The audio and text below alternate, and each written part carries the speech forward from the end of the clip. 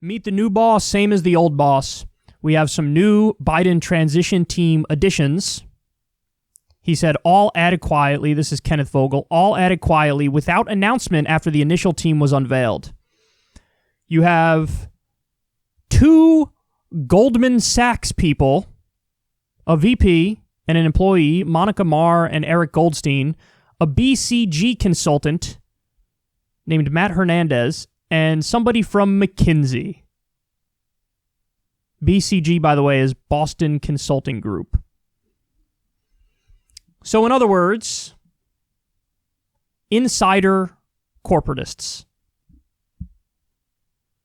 I mentioned this the other day to you, but it's not like written in the laws of nature or something that you can't hire activists or academics or union leaders, labor leaders, niche experts on certain things. It's not like you have to pick career, insider, corrupt corporatists who are going to represent the interests of Goldman Sachs, but that's what they all go with. You know, Donald Trump, when he was pretending to be a populist, was rallying against Hillary and her taking money for these speeches, and he was hitting Goldman Sachs at times too, and then he immediately hires like a number of people from Goldman Sachs when he became president. I mean, he basically made his economic team the Wall Street dream team. And they, of course, gave Wall Street exactly what they wanted. That's what that tax cut bill was. Tax cuts for the rich and corporations. So Trump did it when he pretended to be populist. Biden, every now and then, pretends to be populist, and then he does this. Hires Goldman Sachs people. You know, I do think most of this is because of corruption. I do. But I also think there is some element of elitist thought which makes people believe in these neoliberal cliques that we already live in a meritocracy, and so if somebody works at Goldman Sachs, it's because they have to be incredibly smart and accomplished, and they earned that. They earned their way to that position.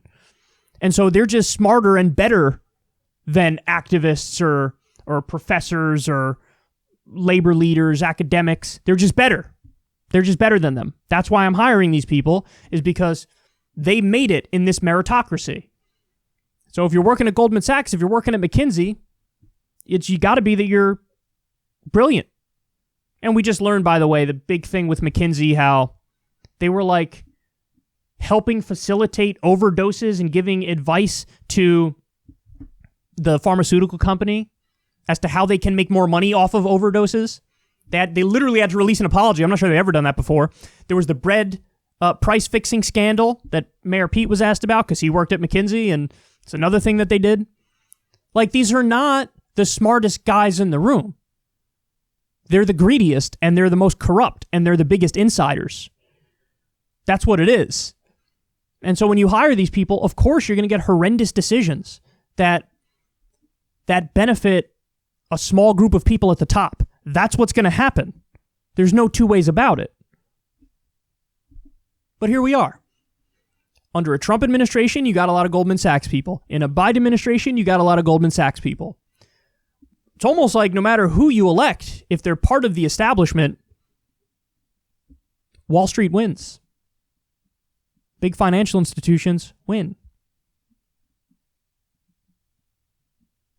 Guys, I was rooting for him. I wanted him to prove me wrong. I wanted Joe Biden to prove me wrong. Unfortunately, he proved me right. How's that whole pushing him left thing going? It was always dishonest and delusional. You could have made a case for him on the merits. Instead, people lied like, we'll make him Noam Chomsky after the election and push him left. How's that going? It's not going well at all now, is it?